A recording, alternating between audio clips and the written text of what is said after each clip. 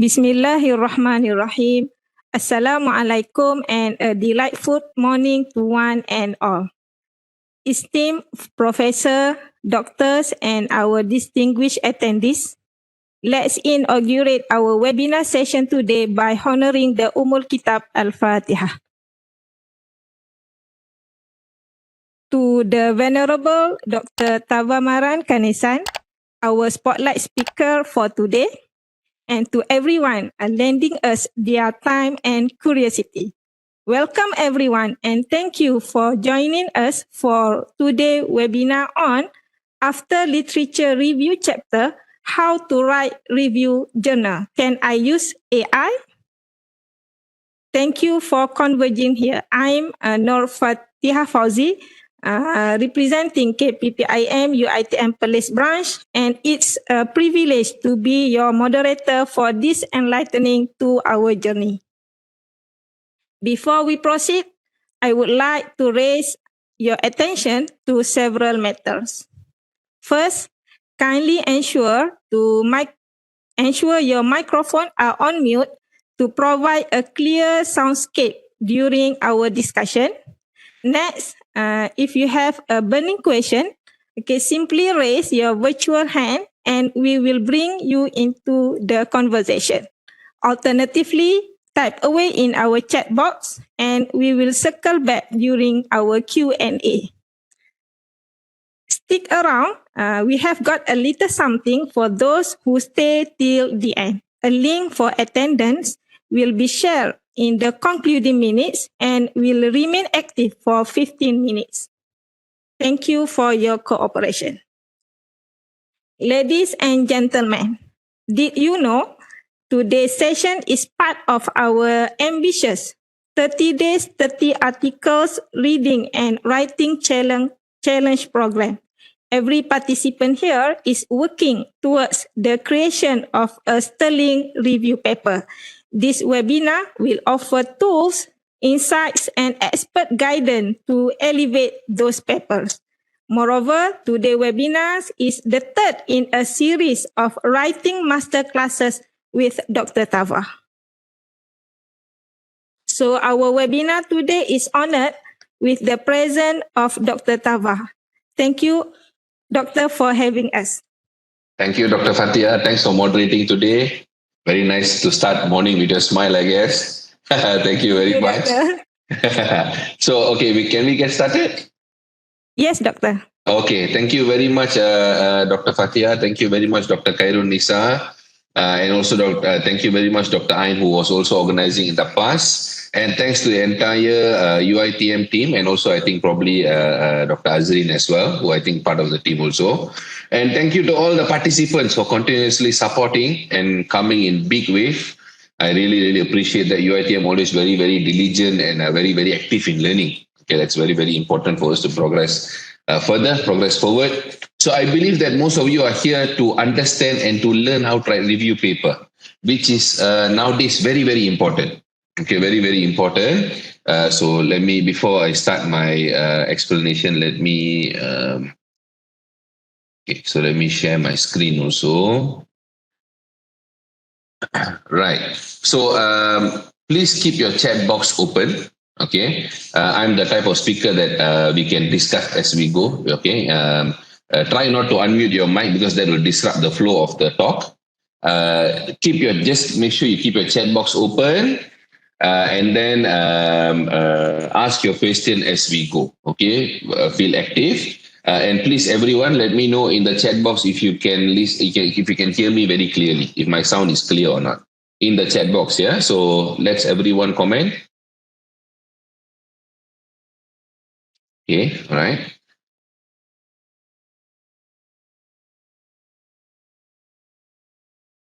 Okay. I think it's all crystal clear. Okay, very well, excellent. So we are here for an interesting talk. Okay, I've been doing this with UiTM for several years now. I think I've been active since somewhere after MCO lah. Okay, so today we are going to look into review paper writing. Okay, before this I dah buat 2 kelas dengan UiTM. First one I focus on, let me recall, that was literature review. but a bit different from the typical literature review class. The first class of this year, 2023, I taught everyone how to read a paper, how to actually quickly analyze and read a paper, and how to use my template to summarize whatever you read. So we always take reading paper very lightly, reading journal papers, reading the current literature, and so on. But most of us have problem in literature review because we don't know how to read a paper, or in other words, we also don't read that frequently lah. Okay, so my advice to all of you from the first class until now, make sure that you read papers. You read journal papers, read the right papers. You can read books, but books would not give you cutting edge information. It will only give you tutorials. Okay, only give you things that you probably don't understand. But cutting edge information, what is going on in the world, latest contribution, latest happening, all that you can only gain from journal papers. Okay, that is like the most latest research being done. So always make sure you stick to good journal papers when you're doing literature review, Web of Science, Scopus, and so on. Okay, so that is the first thing. First class done. Okay, so for those who never attended the first class, you can try to check with the team, okay, from UiTM, whether they have the recording or not. If they don't have, no worries. I will also show you on my Facebook where you can go and watch the video also. So that's the first class. Second class, we focus more on how to critically review. When you read, there's another template for that. How do you critically review all the literature they're reading, and how do you then export that onto a literature matrix? But the literature matrix part I haven't touched yet, so no need to worry. Literature matrix part will be the final class of this year. That means that will be the fourth class.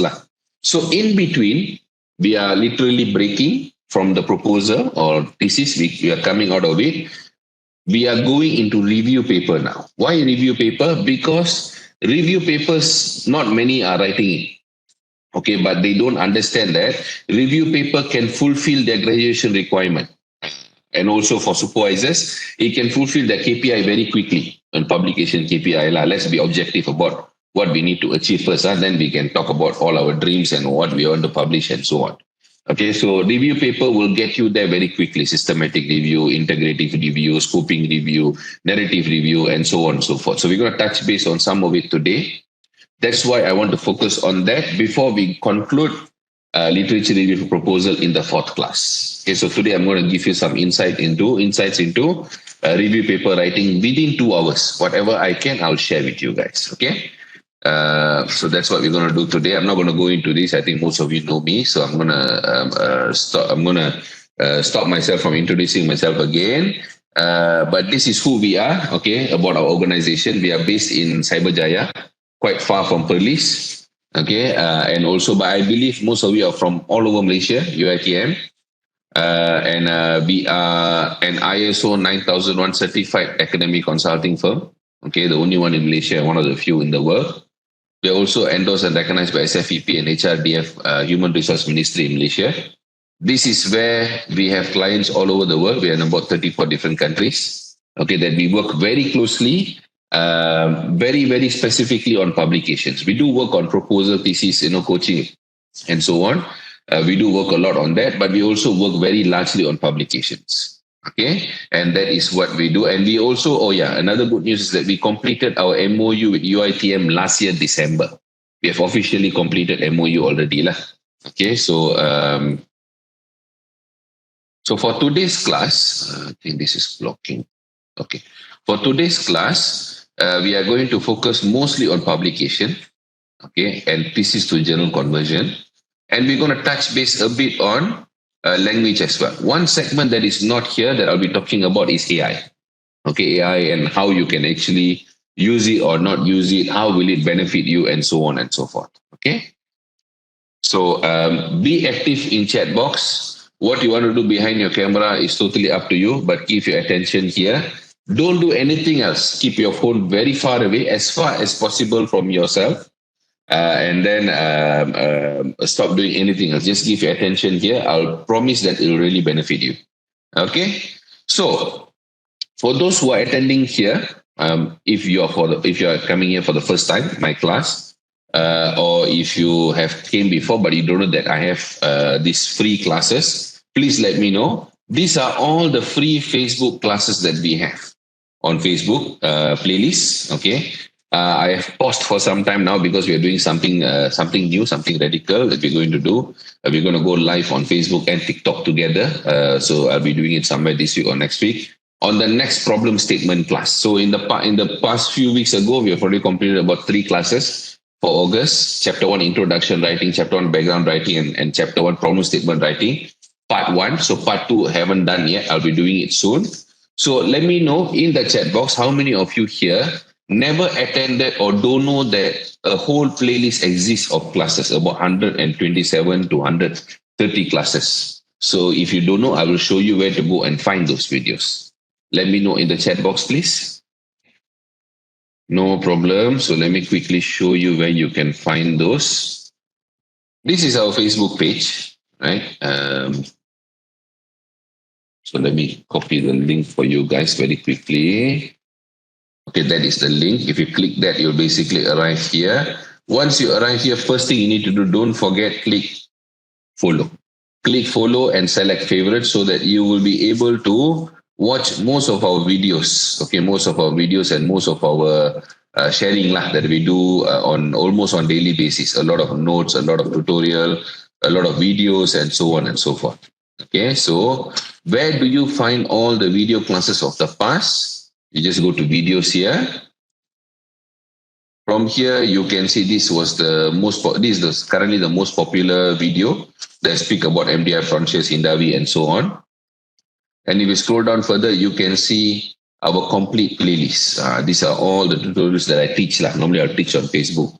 So we have 127 classes that you guys can go and watch. What are those classes? Problem statement writing, chapter 1 background writing, introduction writing, literature review, fast high impact journal publishing, review journal writing, reading. Okay, this is the first class that I conducted in UiTM. Okay, reading a paper, Web of Science Q1 for literature review. So if you somewhat miss that class, you can go and watch the replay here.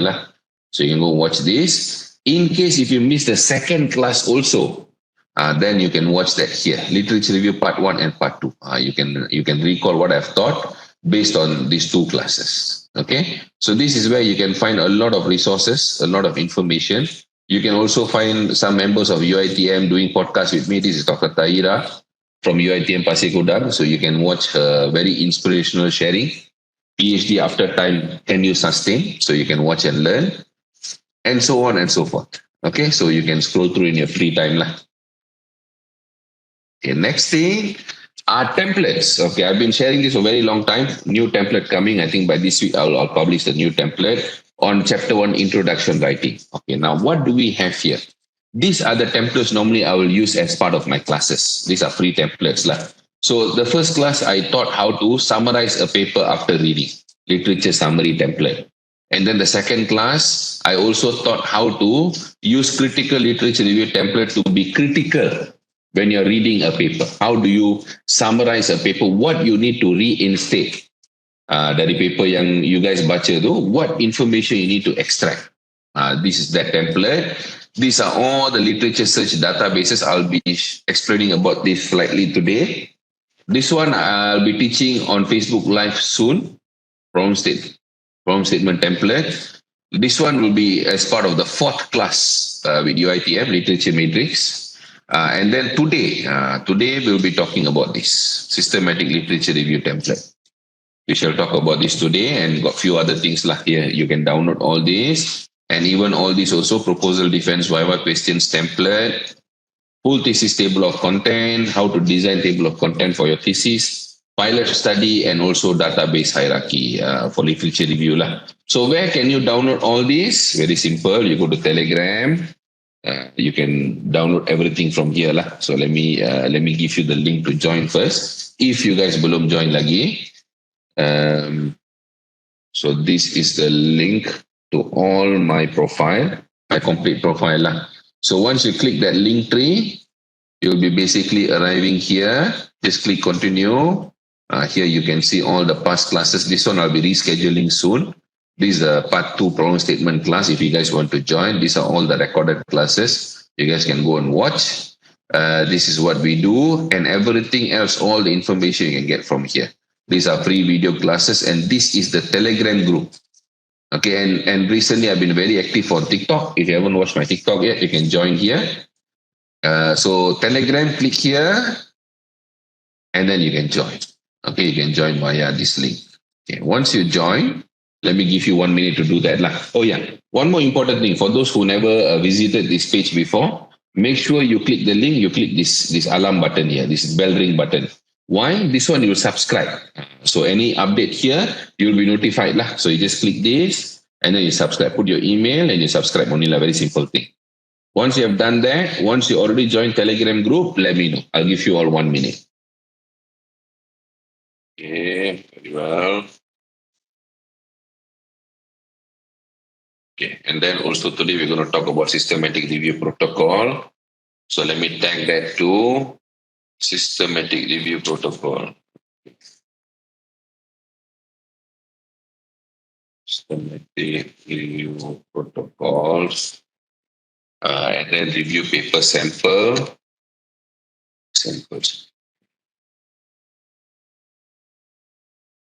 Here you go, review paper samples.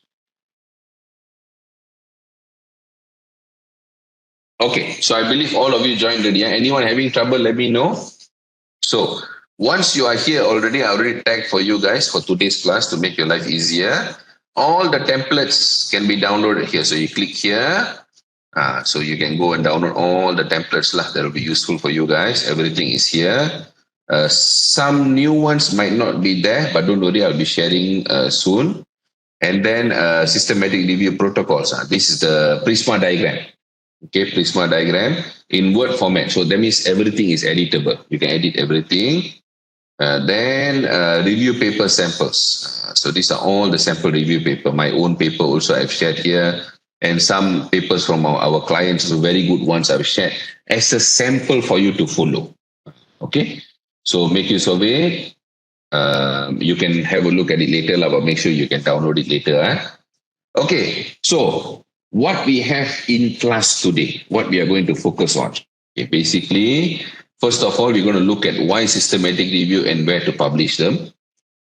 Types of review papers, what kind of review papers you basically can write. I can see that UiTM is driving a synergy towards towards review paper. Okay, why particularly review paper? Why you guys are all here want to write review paper? Okay, let me explain to those who are doing Masters and PhD. I emphasize on that because this is a paper that you can write very early into your Masters or PhD. As soon as proposal dah siap, boleh terus start extracting review paper. That is the essence of it. So like example, last week itself we had, I think 7 review papers accepted. Okay, yang you be coach yang be coach after proposal coaching. Next step will be coaching for publication. Some even able to extract up to 2 papers. Conceptual paper 1, systematic review paper 1. So some already meet their requirements before their data collection itself. They are done already, settled. So if that is your synergy, if that's what you want to achieve, then I'm going to share with you possibly how to achieve that possibly. So that's why I'm going to share with you the types of review papers here. Then you may ask, how about empirical paper? What's wrong with empirical paper? Nothing wrong. Empirical paper are the ones that will take you to the highest impact that you want, that you may perceive. Example, you boleh go for Q1 papers, Q2 papers with empirical data because that is original data. The only problem is specifically for PhD and master students, by the time you get your data, you're almost towards the end already. That means you have to finish up your write-up of thesis, you have to submit or you have to send for correction to your supervisor, get the review, revision, you have to sit down for the revision, redo all the correction back, and then rush towards compiling everything, submit for Viva and so on, right? So that during that particular phase at the end, you will be very busy and you will already exhausted to the core, okay? And you won't be able to sit down and, you'll be highly unlikely to sit down and write new papers, okay? So that means it's another important thing, why that will be a problem. When you're at the very last minute, you have a graduation requirement, let's say 1 or 2 papers for you to graduate, and only towards the end you write your empirical paper, the publication process, rejection, remember something, When you write a paper, for those who never published before, when you write a paper, you submit, that doesn't mean you'll get acceptance. Okay, that doesn't mean you'll get acceptance. I've shared a very detailed breakdown here on my Facebook. Let me just quickly show to you guys for those who want a bit of experience. So from here, you can see this one. So we have a coached student here, Wong. So it took about 9 months for a paper to be accepted in Scopus Q2. Okay, and this is empirical paper, and this is not review paper. This is in language area, empirical paper, Scopus Q2. We started coaching from last year, and then January she submitted. We realized after 1 month got rejection, World Journal of English Language.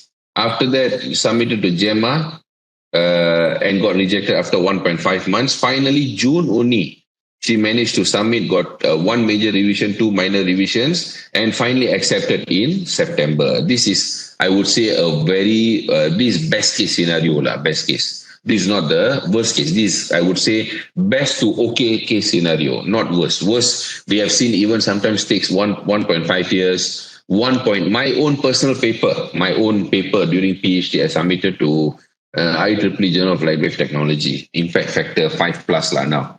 A very traditional legacy journal. It took me 1 year, 8 months. 5 revisions I went through for that paper. But luckily, I already got many papers before that, so I was not expecting that as my PhD paper. When I went for postdoc, when I was doing postdoc, only the paper got published.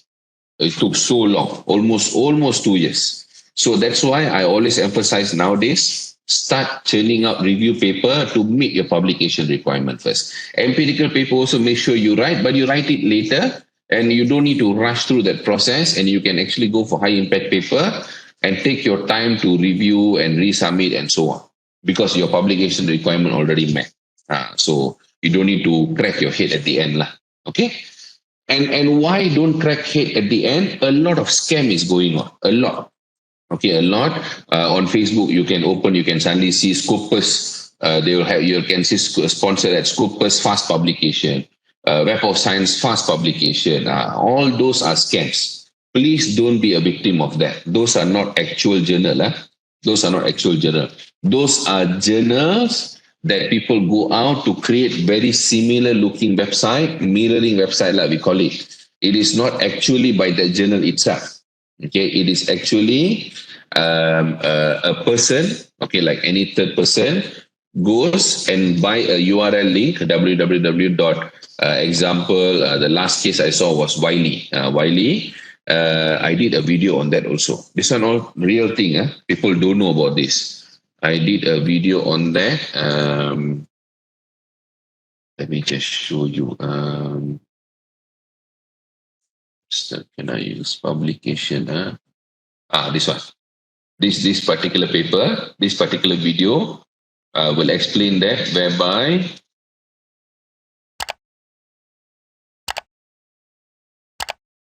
okay, this is an actual case happened. One of my very old clients, dia ni sekarang associate professor in Abu Dhabi.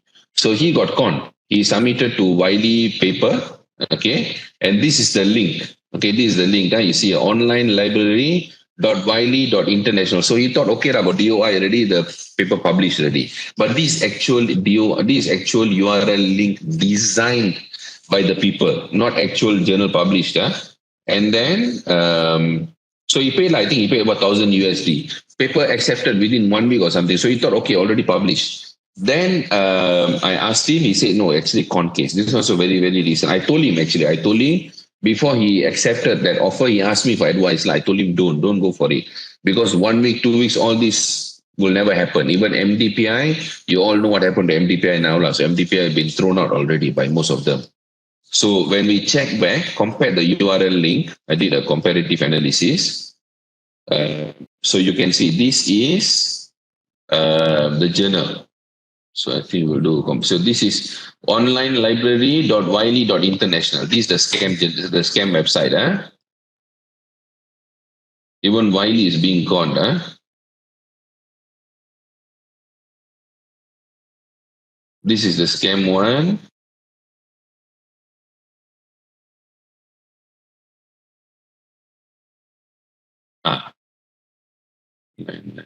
This one. This is the actual one. rss.onlinelibrary.wiley.com. This is the actual one.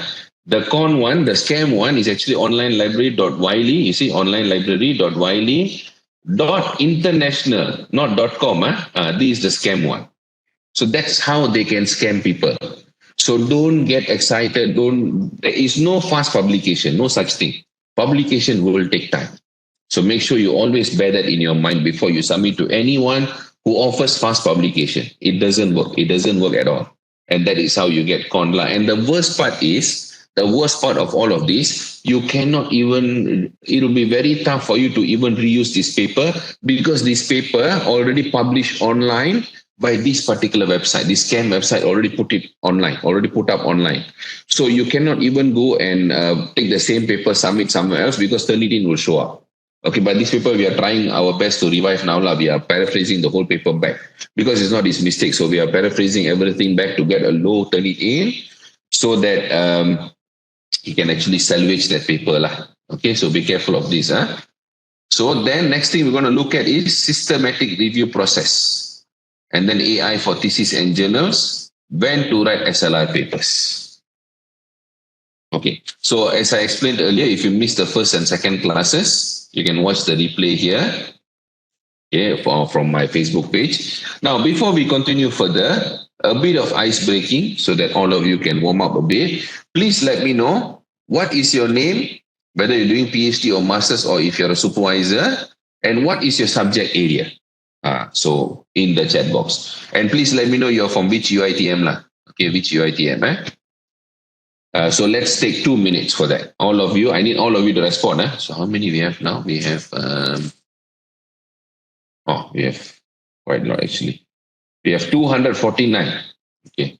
So please take 2 minutes, all of you, respond to me. Your name, PhD, Master Supervisor, your subject area, and which UITM. So we know roughly the demographic today. So we have quite a massive mix. We have a lot of supervisors today. Thanks for joining, to all the supervisors for sparing their time. And then we have a lot of PhD students also from various sectors. So thanks for joining.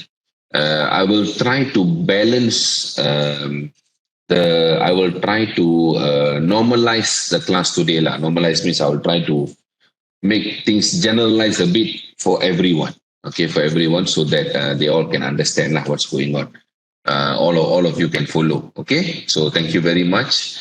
All right, so now next thing is, what kind of papers can you write? So basically we have original research. Okay, this is what known as empirical paper.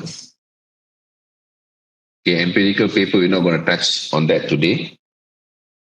Next we have is review articles. That's what we're going to focus on today entirely for today's class. So why specifically systematic review? Because systematic review already garnered very good perception amongst reviewers. Okay, amongst reviewers. So that's why we want to specifically jump into systematic review. So the original systematic review is coming from 1753, introduced by James Lee. I think he probably used it without even knowing that it's actually systematic review.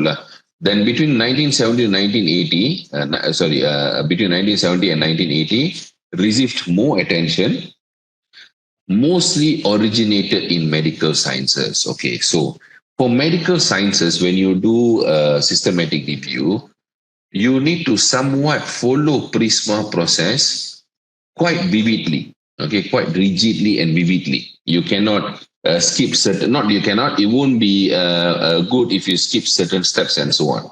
Because in clinical studies, literature review is taken, every study literature review is taken seriously, but in clinical studies, can be medical, public health, surgical and whatnot, like every other medical sciences. The PRiSMA process is taken quite strictly, because most of the study has to do with human lives. So they want to make sure that the literature review is done very, very carefully. That's why systematic review became very, very famous amongst clinical studies. Okay, it's part of their requirement. If they have phase-by-phase study, they'll have phase 1, they'll do systematic review. Then phase 2, they'll do their focus group or some form of quantitative, and then they'll design the instrument. They'll go to phase 3, they'll go to phase 4. They'll have phase-by-phase studies. Okay, so systematic review is one of the primary study they have to conduct. Not they have to, they normally conduct. Okay, then you have scoping review. I'll explain about scoping review shortly. Okay, why? I think the reasons are pretty simple. Clear and comprehensive over available literature helps identify research gap, able to highlight methodological concerns, and able to gain critical skills by conducting systematic review. How do you do it? This one, don't worry about this. I will go through more detail about this, so no need to explain it here. Okay, next thing, when you write a systematic review, okay, it can be in chapter 2, even your chapter 2 proposal can be systematic review, but usually people do systematic review for journal. So when it comes to journal systematic review, first thing you need to know is which journal do you want to submit to? Because you have to remember, not all journals will accept, or I wouldn't say not accept, not all journals are pro-review papers. They are more pro-empirical papers, most of them, not most, all of them, right? So review papers, you must always find out whether these particular journals, let's say A, B, C, D journals, do they accept review papers or not? That's very, very important for you to find out. How do you do that? Okay, this is one example. Okay, before I go to that, why do you need to find out? Because you don't want to submit to a paper where they are not pro-review paper. Okay, they don't really like review paper. Some editors don't really like review papers. They find it that it's not original work, it's just review. Okay, some people have that perception. Okay, certain field, even review papers are very tough to publish. Engineering, for an example, review papers are not easy to publish in engineering field, but it's slowly picking up now. Recently, we worked on a organic chemistry systematic review paper. We pushed on a paper. Only 12 papers were there to review. Only the entire 10 years of span for the organic chemistry, only 12 papers were there for systematic review for us to highlight. So those are the very scarce area, will be a bit difficult for you to publish review papers. So that's why you need to find out whether there are journals supporting that or not. So for an example, this is an MDPI journal. I'm not asking you to submit to MDPI. The MDPI is having a lot of issues nowadays, but just showing you how clear they are of what they need, on what they need. So example here, you have articles and reviews. This is on their website. Manuscript submission overview. This is one of the journal, Education Sciences from MDPI. So they clearly state here, articles, original research manuscripts are accepted. That means empirical papers, like empirical of any form. Questionnaire, qualitative, experimental, quasi-experimental, modeling, simulation, anything got to do with data. Then they have specifically another category called reviews. These provide concise and precise updates on the latest progress made in a given research area in a given area of research. Systematic review should follow PRiSMA guidelines. Okay, but I also have to highlight, you don't only have PRiSMA guideline. Okay, there are many different guidelines. There is RAMESES, there is RAMESES, there is PRiSMA, and there are lots more coming up now, lots more. But the well-known one is PRiSMA. Okay, but for thesis, you can also use something known as ROCES, ROCES. I'll share the notes later. Okay, now this one clearly stated, so you know for sure you can submit here. But now you don't want to submit to MDPI. So you want to go look for other journals. So example, this is another journal. This is under Elsevier Journal of Business Research. This one, impact factor, I think is 11 plus now. Impact factor 11 plus. Okay, 11 point something lah. I think 11 point something. I think 11, 10. Okay, doesn't matter, 10 or 11 plus. All right, Journal of Business Research. Solid journal. Okay, if you get a systematic review into this journal, perfect. Okay, it's perfecto. Now, let's see whether they accept review papers or not. Let's do this together. Okay, example here. Blah, blah, blah, blah, blah, blah, blah, all the blahs. Now, this final line. Published for executives, researchers and scholars alike, the journal aids the application of empirical research, okay, to practical situations and theoretical findings to the reality of the business world. Okay, this is for business. Hazura, this is for all subject. If your question is for this journal, no, this is for business, but I'm showing you an example. Lah. This is only for research. This is only for business management and anything related to business, lah, accounting, economics, and so on. Okay, but just showing you an example. Because most journal won't write whether they accept review papers or not. Because they are somewhat not pro-review papers. But they do or do not, you do know. So at least one of the prime example. Let me read this again. Published for executives, researchers, and scholars alike. The journal aids the application of empirical research to practical situations and theoretical findings to the reality of business work. Okay, findings means must have data, okay, to a certain extent. Practical situations obviously must have data. Empirical research is obviously data. So I am asking you guys now, do you think, all of you, do you think you can submit your systematic review or bibliography review or whatever review you wrote? Can you submit to this journal? Give me 3 answers. Yes, no, don't know. In the chat box. Okay. So, under those circumstances, some said yes. So, okay, they're already very experienced, so they know. This one surely can. For those who say no and don't know, so those outliers, you guys must understand that before you decide, don't know is fine. Don't know, I'm going to teach you how to find out. For those who said no, and for those who said yes, you need to further investigate to find out whether this one really accepts or doesn't accept. Okay, how do you do that? Especially for those no's, for the ones who say no. How to find out whether a particular journal accepts review paper or not? The simplest way is always use our big brother, Google Scholar.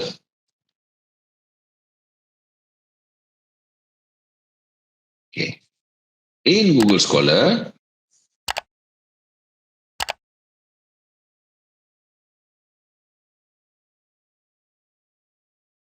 from here, you can type in, you can go to, okay, from Google Scholar here.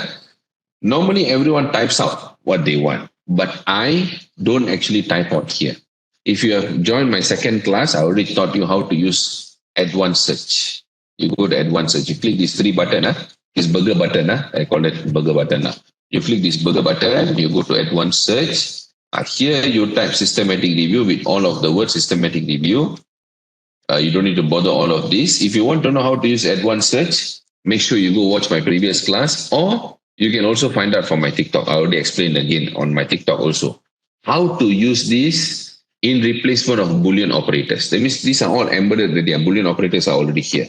So you don't need to every time type and, or, not, and, or, not. You don't need to if you are typing Boolean. These are all Boolean already. It makes your search much easier for those who never attend my previous class. So we type in systematic review, and then we type here written articles published in. So we type Journal of Business Research. So we click search. Okay. From here, we take the latest one since 2022 because we want to know the latest happening. Okay. So from this, you can see 2023 Journal of Business Research, Elsevier. So that's the right journal. Systematic Literature Review. Journal of Business Elsevier, Systematic Quantitative Literature Review. Journal of Business Research Elsevier, Systematic Review. Conceptual Understanding Framework. So this is a concept paper, obviously. Systematic Review. Okay, Business Research Elsevier. So all of these was systematic review. Many, you can see it's increasing now. Conceptual review. Even conceptual review also they can publish here. So that means you can imagine the power of review paper, how far you can go. If you really want to sit down and extract review paper, actually you don't even need to struggle so much and rely always on data. I have an associate professor in Qatar. Okay, we work together a lot. We work together a lot on scoping review and systematic review. Per year, just scoping review and systematic review itself, he publishes, I think, about 20 to 25 papers per year, all Web of Science. Empirical paper only now and then he gets data he will publish, but he mostly focuses on scoping and systematic review. Okay, because Qatar, their KPI is quite high, quite crazy. Okay, so that's what he normally does. That's part of his strategy also. So now you guys all tell me, do you think now this journal will accept systematic review or not from this search? Exactly. So you already have the answer. it will accept. So any time of the day, if you have doubt before you submit your review paper, you don't know whether this journal will. So remember, these are not all journal will accept. If you have a thought, you want to check, then you go and check like this. All the information you want to find out about your literature, you can find out mostly from advanced search. If you know how to use advanced search, it makes your life a lot more easier in research. Okay? So that part is done. Now, coming to fast publishing. What options do you have for fast publishing? Everyone wants to publish fast. Actually, as a matter of fact, I was very, very happy with MDPI. Okay, I published quite a number of papers in MDPI also. I was a guest editor for MDPI Census a couple of years back, twice I think. I was a guest editor for MDPI Census. We did our own special issue. But they went too greedy. Okay, that was the problem. They went too greedy. Sampai their publication volume exponentially increased every year because they make a lot of money and they make a lot of money. So they went very greedy. So eventually they start accepting papers that don't have very high quality.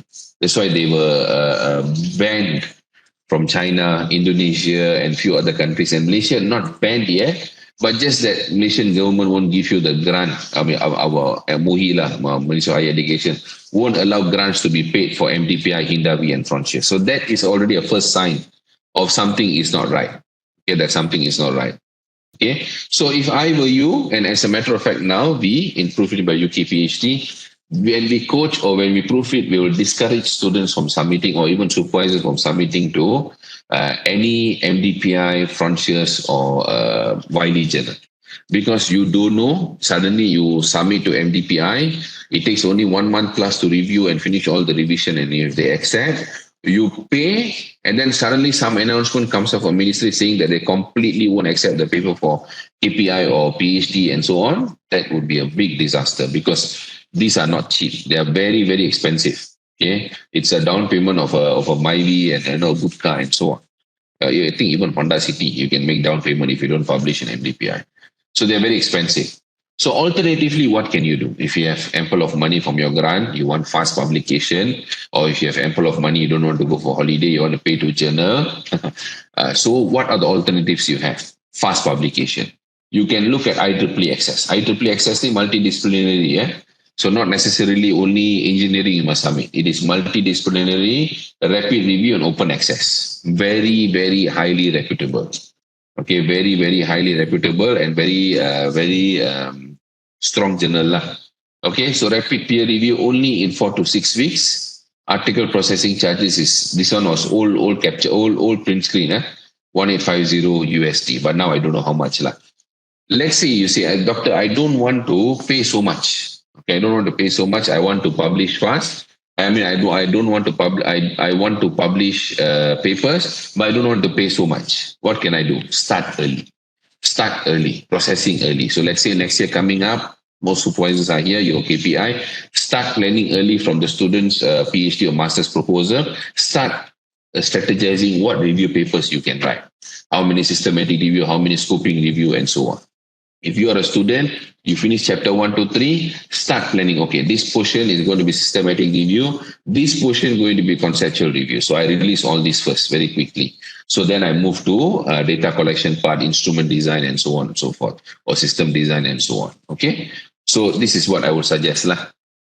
All right, types of review papers. Types of review papers, how many? So now we are going into review papers, as we already know. The basics of review papers, right? How essential are those? So now we're going to look at the types of review papers actually you can write. Okay, so first of all, this one is from a journal paper. I'll give you the slides later. You can read through all the details. I'm not going to go through all the minute details, but I'm just going to tell you the types of papers that you can actually write. So here, blue color means narrative review. Red color means systematic review. Okay, what is narrative review? Narrative review is basically storytelling without following any protocol. You're not going to follow any protocol. You're not going to follow any process. You're just going to write narrative. You're just going to write a review paper as how you see fit.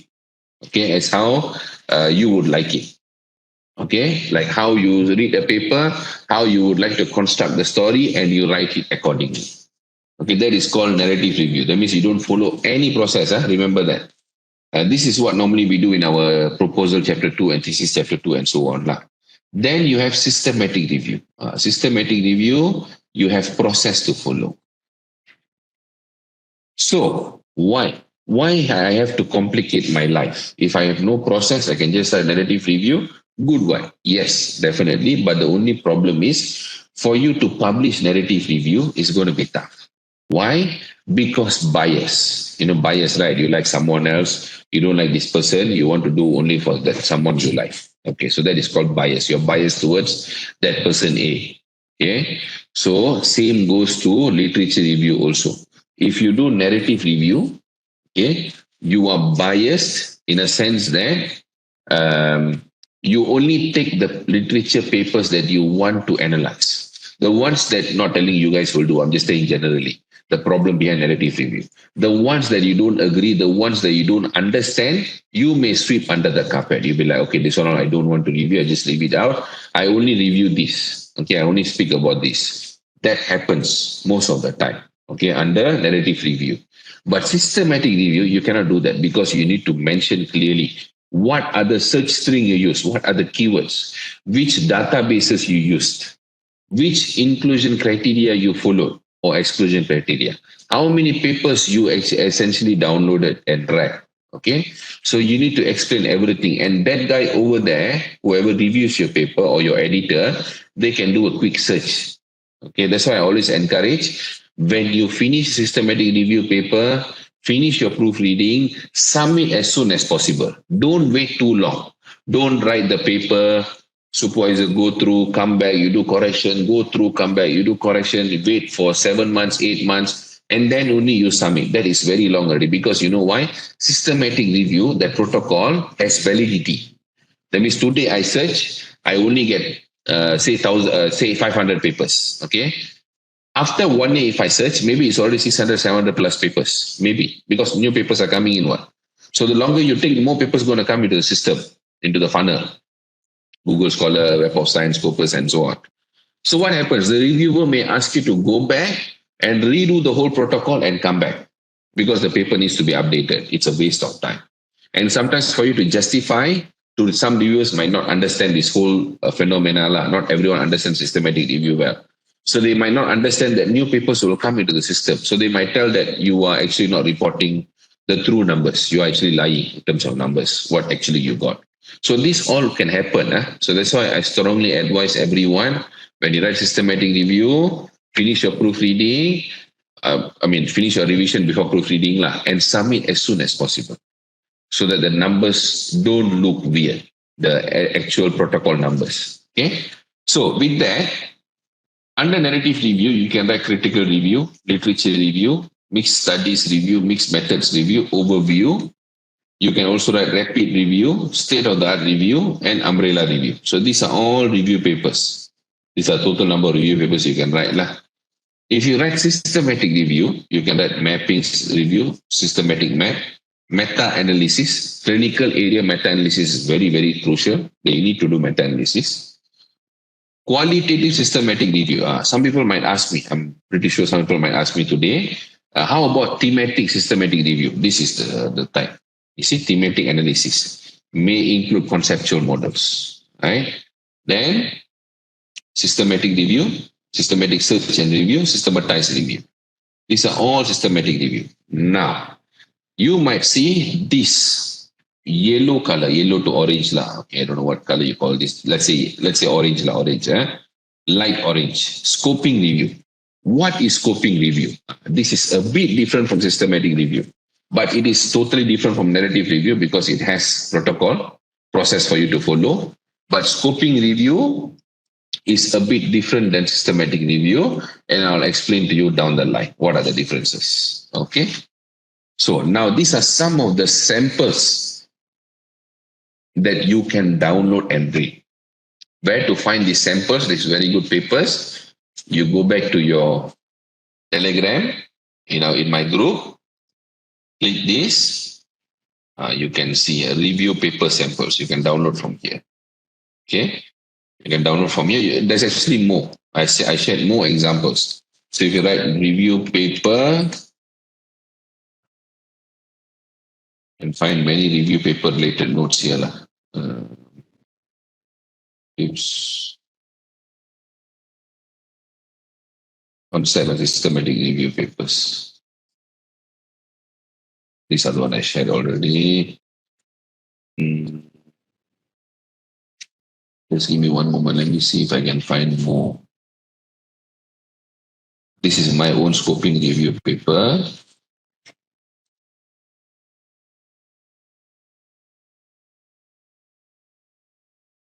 These are notes. Okay, for those who want to know review paper writing in more detail, okay, notes. These are very good PDFs you can read. Okay, so this is narrative review. This is a complete notes on narrative review. Scoping review.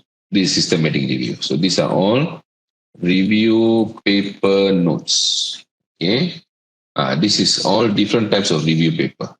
This engineering review paper and sample papers more are here. Okay, so later you can search like this, like you can find a lot of papers here, right? So we have a question. Amira, what is your advice for students that are already done with their master PhD but didn't have any review papers? No, it's not too late. You can still review. Review is nothing is too late when it comes to review paper. You can always review. Okay, you can always review. How to join Dr. Okay, for those who want to join the Telegram group, you can go to this particular link. Okay, click this link and then you'll be able to click continue and join Telegram group from here. Okay, don't forget to click this bell button and then join the Telegram group here. Right? So this is a paper from Dr. Kashif. He's already doctor now. Last time he was my consultee. He was in UTP, University Technology Petronas. He, along with his supervisors, we always work together very closely. So this paper, we basically coached and proofread this paper, both coached and paraphrased this paper. This is one of the best papers ever I have seen when it comes to writing review paper. Okay, so this was on soft and hard TQM practices, future research agenda for industry 4.0. Slightly old paper, but very, very nicely written paper. So in case if you want to understand or you want to look at the processes of developing a review paper, you go through this journey. Okay, you'll have the standard publication years diagram, your searching algorithm, and also your PRiSMA protocol diagram. Okay, what is this diagram? This is the diagram that you will basically explain to your reviewers how many papers you searched, how many papers you included after duplicates removed, after screening, how many papers remain, after second stage screening, how many papers remain, finally, how many did you review? Okay, this is what we call as protocol. So identification, screening, eligibility included. You want this kind of diagram? You download it from here. Also given for free. Let me go down further. You can click this one, this file here, systematic review protocol scan. You click this and you can download all the PRiSMA diagram. Okay, so you can use that. So Nurul, so the one with research gap is the narrative review. Everything got research gap. Narrative review got research gap, systematic review got research gap. See, research gap is the destination. Okay, always remember that. Huh? Okay, let's say you want to go from here to point A. Your point A is your research gap. You can take the part of narrative review. You can take the part of systematic review. You can take the part of scoping review, and many different parts you can take. Okay, so the destination somewhat can be research gap, just that the journey will be different, or the tool that you use for your journey will be different. Okay, so don't get mistaken that only narrative review can find research gap. No, everything can find research gap. All right. At the end, how do you discuss? How do you bring out the idea is what matters the most. All right. That was social science. No problem, Nurul. That was social science. Okay, total quality management. This is medical line. Okay, for those who are from Clinica, this is from UiTM itself. UiTM Sungai Buloh, this is a paper that we used to paraphrase. This one we went through paraphrasing and proofreading. Two papers accepted concurrently, okay, by this particular team from UiTM.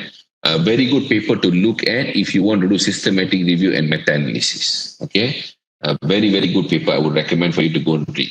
Okay, this was on dental, but it's a good example. There is one more paper also, two papers together, concurrently the same team published. This is systematic review and meta-analysis. Make sure you guys go and read this paper.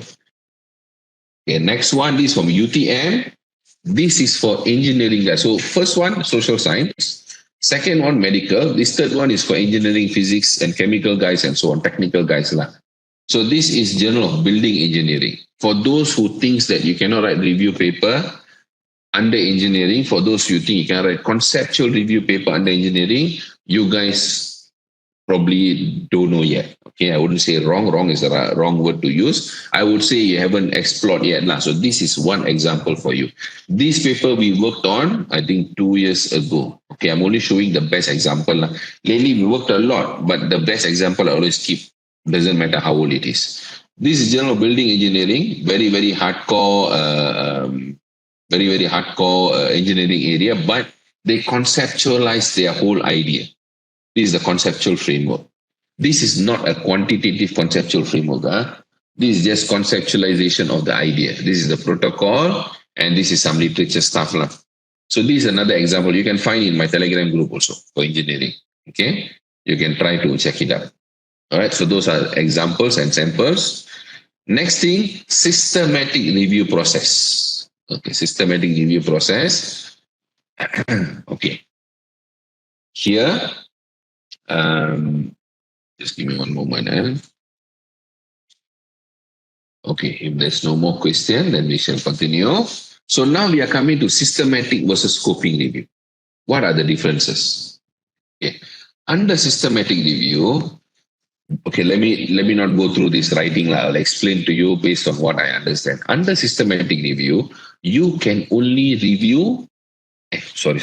You can only review something. One moment. Okay. You can only review empirical papers. You cannot review. Supposedly. You cannot review review papers. You cannot review books. You cannot review white papers, government policies. All those you cannot review. This is systematic review was initially designed to review only empirical paper. That may be quantitative, qualitative, and so on, but it has to be one-sided methodology. If quanti has to be quanti, and you have to review only empirical paper. Okay, some people do break the rules. I realize that many. But that is not the actual prospect of systematic review. By right, review paper, you should only focus on empirical. Okay, next one. You have scoping review. That's why they came up with scoping review. Okay, PRiSMA got two. PRiSMA got just PRiSMA. Just PRiSMA alone is systematic. Then you have PRiSMA SCR. That is PRiSMA scoping review. You can find out online. Okay, PRiSMA requirement, PRiSMA scoping review requirement.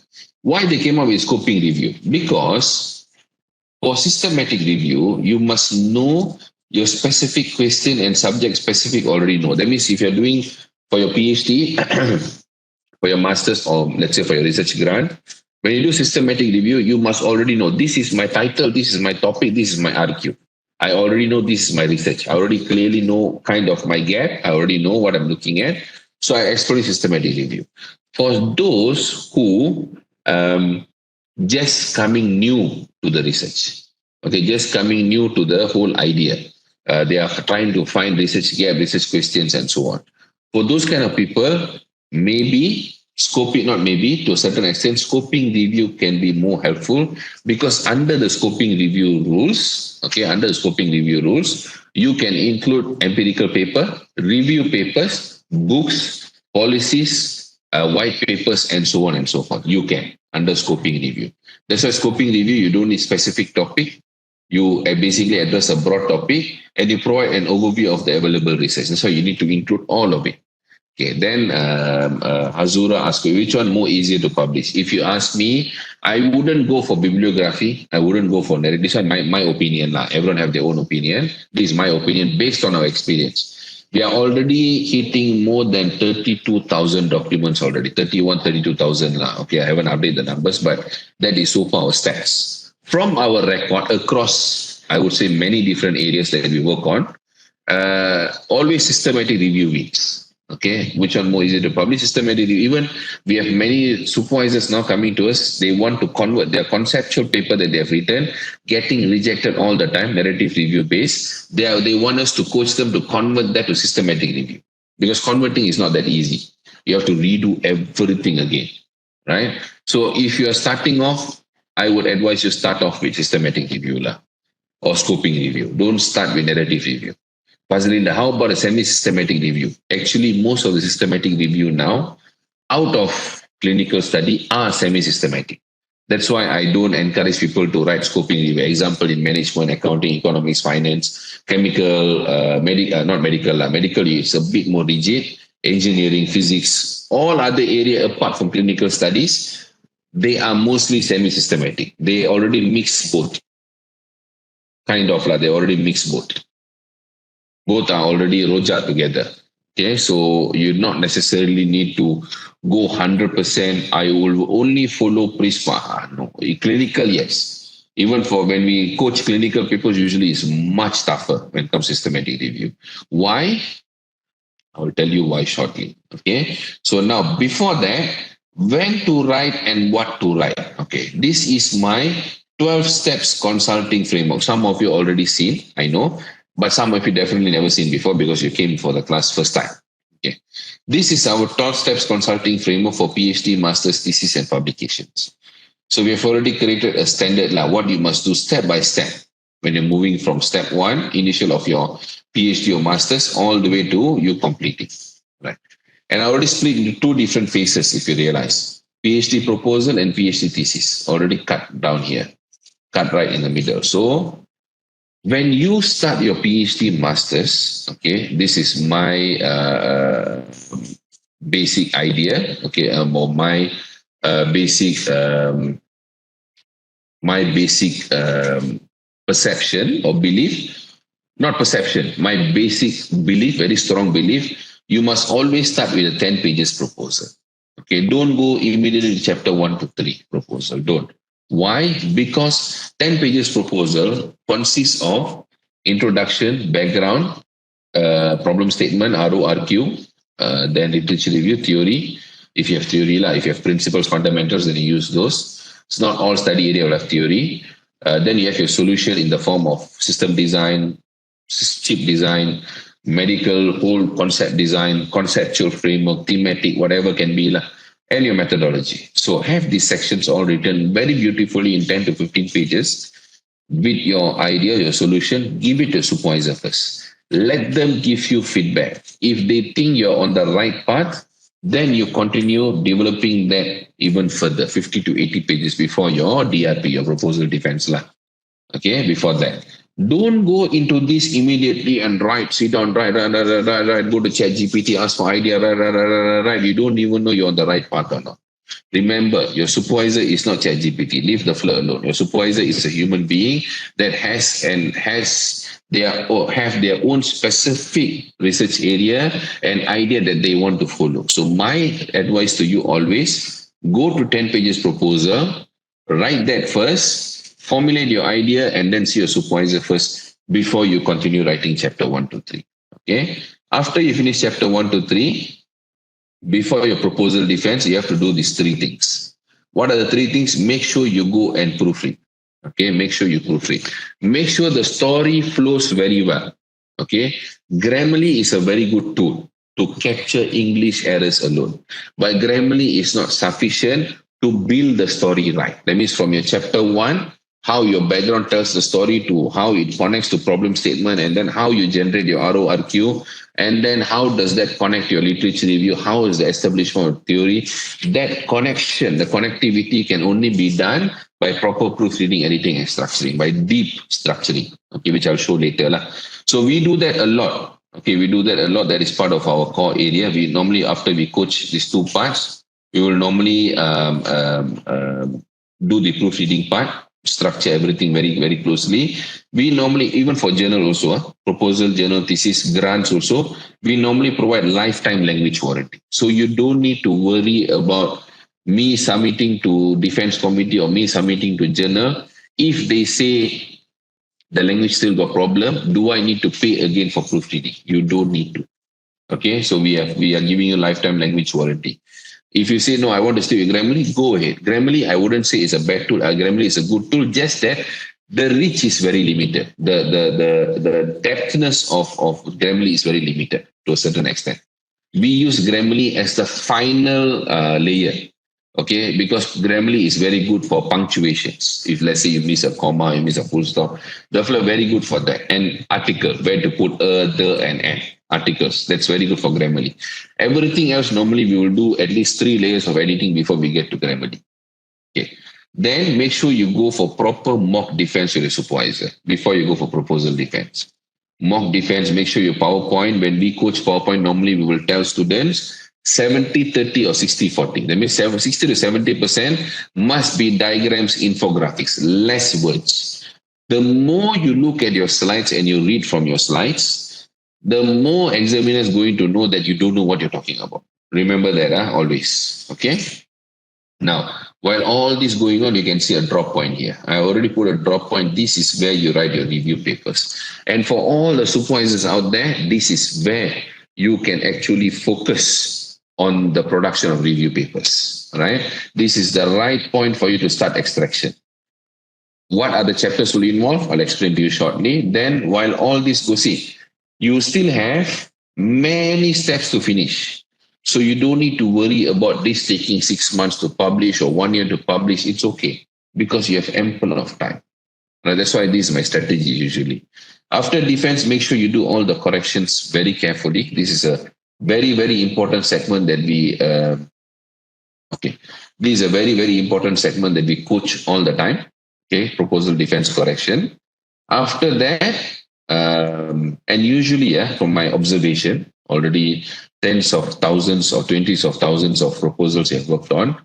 Proposal, defense, correction, usually very, very little when they actually proofread and structure their proposal properly, carefully. Okay, then after that, you continue towards your data collection. This is already done. It's already done. By this time, it should be submitted ready. So there will be a concurrent line running for your journals. So from here, while all this going on, from here, there will be a virtual line going for your journal. So you don't need to worry, the revision, reject. You find the journal to publish and so on. Okay, then you go and now you're already in thesis phase. You do your data collection. Okay, we normally coach SPSS, Smart PLS, Amos, NVivo, Atlas, eViews, Tata, and so on, so for MATLAB and so on. Then finish your chapters 4 and 5 analysis. Finish your alignment of chapter 1 to 5. This is where you combining your chapter 1 to 3 after correction and 4 and 5 all together is very crucial, the way you combine. Remember, you need to expand your chapter 1 to 3. You need to update references. You need to make sure you align your chapter 1 to 3 with the discussion. All this will take place. Then here, these are your bonus papers, empirical paper and meta-analysis that you can do here. Okay, so this is meta-analysis, this is empirical. So where I put here, right after combining chapter 1 to 5. Then concurrently, you let whoever you choose for proofreading, let them proofread. Remember, this copy now goes to your external examiner. And remember something very, very important that people take it very lightly. After your proposal defense, your correction must be done precisely. Make sure you don't ignore any corrections or suggestions from examiners. That is very disrespectful. And remember, usually your internal examiner during defense will come back as your internal as during Viva. Usually, that is the tradition. And they will have records of the comments they have given. And if they are very, very meticulous person, they will go through whether did you address all the comments or not. So that's why this part, we normally, when we coach, we won't take this very lightly. Comments that cannot be addressed, we will normally ask them to discuss the supervisor first. How to overcome this problem. Okay? Don't take it very lightly. Okay, then you prepare for your Viva. It's same thing. Mock Viva, your slides and so on. Your Viva here. After you come out, make sure you do your corrections very carefully. This one, you need to build a very clear table of corrections. And even at this stage also, you still can publish more papers, which I'll explain to you shortly. Okay, this is another major part that we coach all the time, this particular section. All right. So, still keep messing up. Okay. So how do we normally assist students and supervisors? Usually, we will build, these are the most famous ones that we do. Mode 3, we will do very, very rigorous coaching plan, step by step, whether publication, proposal, thesis, or even grants. Or we will do content editing for special cases only. So these are the two things that we focus all the time. Okay.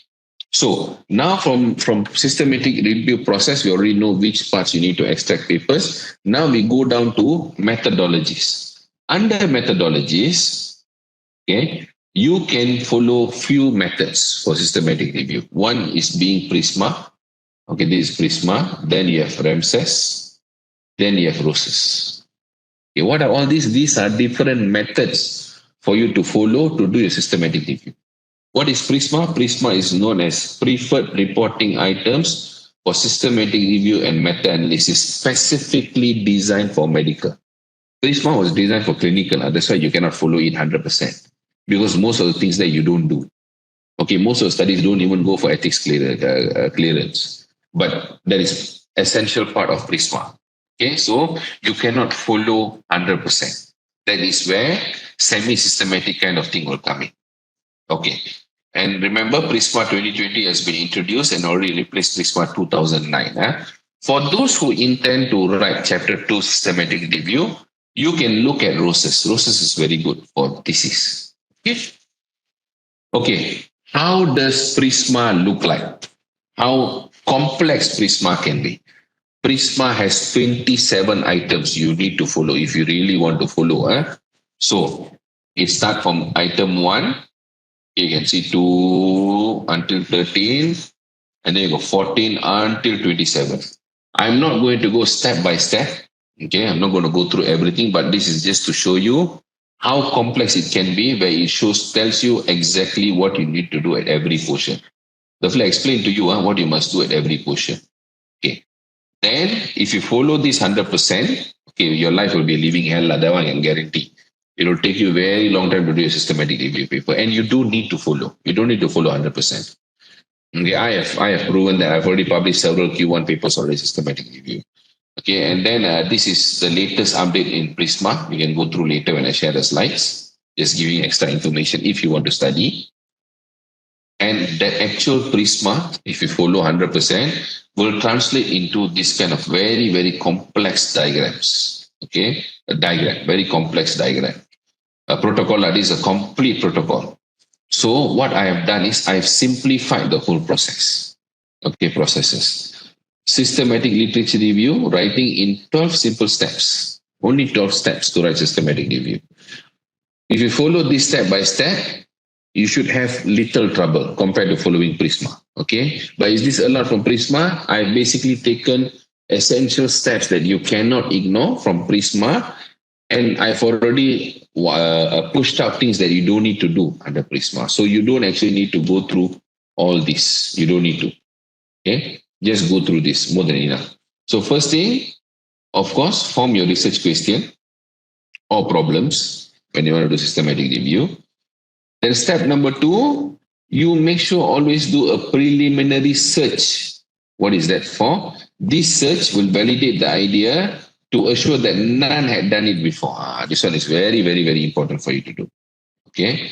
After that, step number 3, we set the inclusion-exclusion criteria. Okay, we set the inclusion-exclusion criteria. How to set this? I will share with you a sample. Okay, example. My template lah.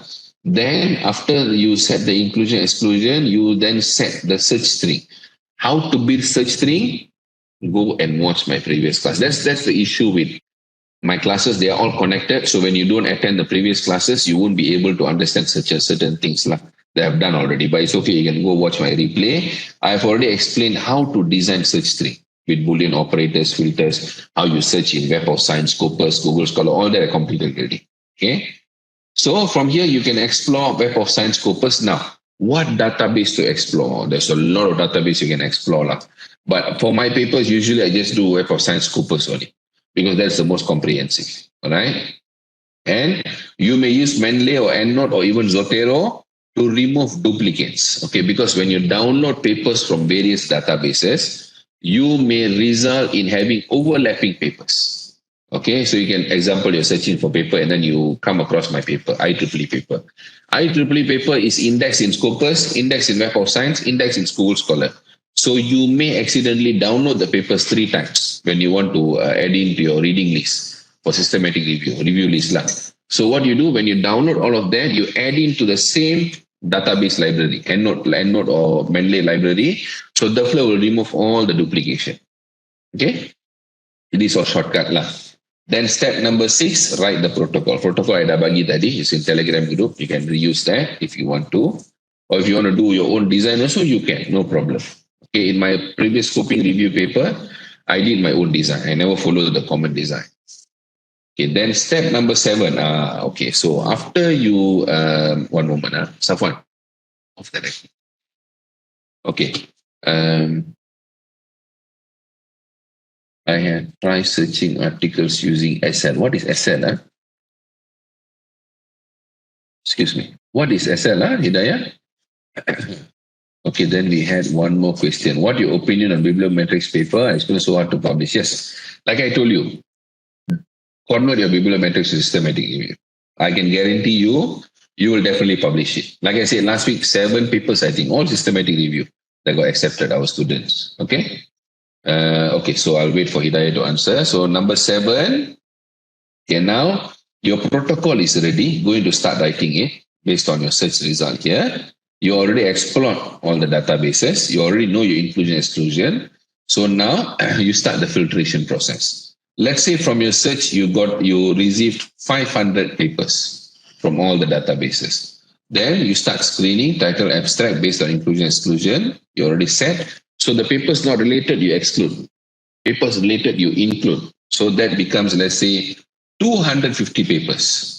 How is the first screening? You only read the title and abstract. So what is inclusion? Inclusion can be anything. Inclusion can be as simple as the paper must be quantitative. The paper must be high impact. The paper must have the keywords of, let's say, you're looking at small, medium enterprise. Must talk about small, medium enterprise. Must talk about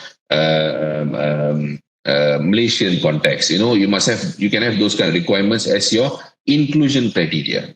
Your exclusion can be, I don't want papers from qualitative. I don't want papers from US. I don't want papers talking about large enterprises. So all those will be excluded. So those are simple things. It's not very complex. It's very straightforward stuff. So based on the inclusion, from 500, you already removed 250. You only got 250 left. Okay, from here, now you're taking 250 only. Okay, you're based on title abstract because you don't want to read details of every paper. That would be crazy. Okay, then next step you do. Okay, next step is you move to full text screening. So this 250, you further filter down. Okay, 250 comes here. You further filter down. At the end of this, you might only get 75 papers. Example, 75 lah. Okay, nice number. So you already remove everything else. They are all not related to your actual inclusion exclusion when you go through the whole text. Then after you finish that, 75, you do manual search. What is manual search? You search the 75 papers then, you go through their reference list. You take out any papers that is relevant to you. Okay. Then you also do forward snowballing. That is the reference list too is called backward snowballing. That means you're going back in time. You're going back in time. This paper, you're looking at reference list, you're taking the paper relevant to you. So that is going back in time. Let's say now I want to look at the future papers. Okay, let's say this paper was published, the 75 papers, one of it was published in 2022. Okay, so you want to take papers in 2020 and after the publication of the paper, 2022, until 2023, you want to take all the papers that have cited this paper. So you want to take all that list. You want to see whether any paper is relevant or not. You take all of that relevant. You take out. You do one more filtration. You remove the one you don't want, and then you continue. How to do that forward snowballing? Very easy. Google Scholar. Google Scholar, you can do it.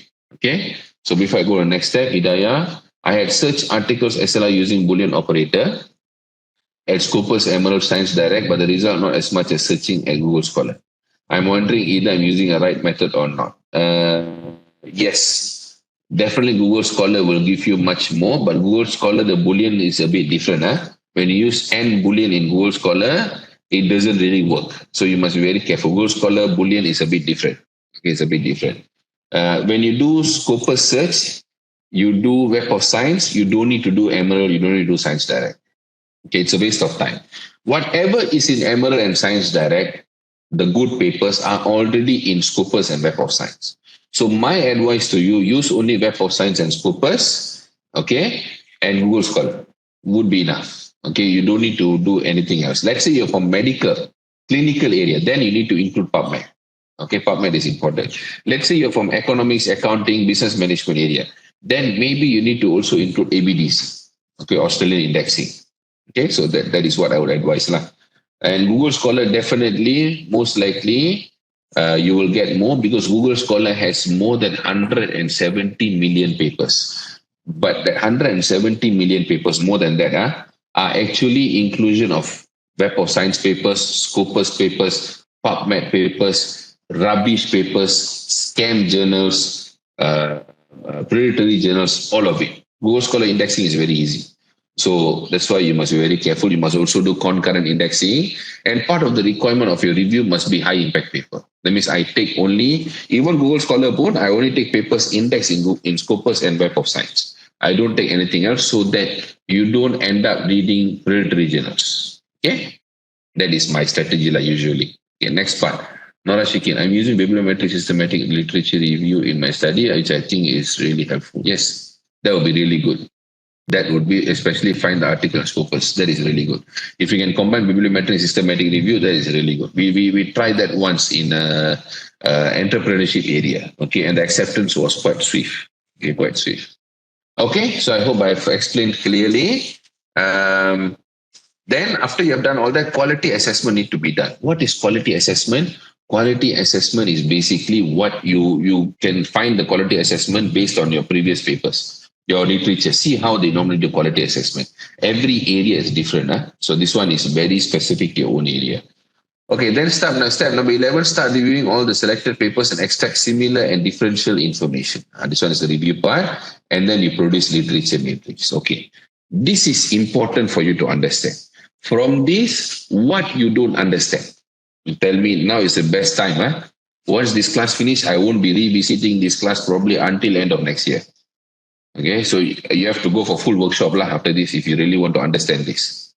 People teach this in 2 to 3 days workshop.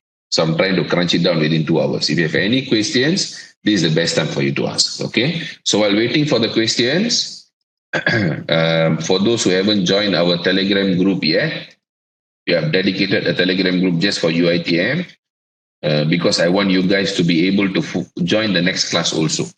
When you guys miss out the upcoming classes, then the chain of events are being missed out also. So this is our WhatsApp group. Please kindly join. For those who haven't joined my Telegram group to download all the templates are not in WhatsApp group. Sebab templates akan expire. There's expiry date in WhatsApp. After 1 week, all the files cannot be downloaded. So I still need Telegram. And Telegram, we have over 14,000 members already. Very good space for you to collect data. A lot of people successfully collected data. Discuss, a lot of things. Okay, so if you want to go through that, you can also join our Telegram group via this link. Okay, so take 1 minute, join the WhatsApp group so that I think we can take a quick, let me see the next slide. Okay, next slide. I think we can finish this section first. Then we can take a very short break if we have time. Okay, so let's take 1 to 2 minutes. All of you, please join WhatsApp group, given the link already. And then we shall continue in 1 to 2 minutes. Ida, is there any possibility that once we use all the Boolean operators filters, no result for Scopus? Yes, can. Happened before. When you put the combination wrongly, the outcome, the algorithmic outcome could be something else. It could mean something else. It happens. I've got that before. Web of Science I kena before. Google Scholars I kena before. When I go too extreme. Okay, sometimes you're gonna go too extreme on Booleans.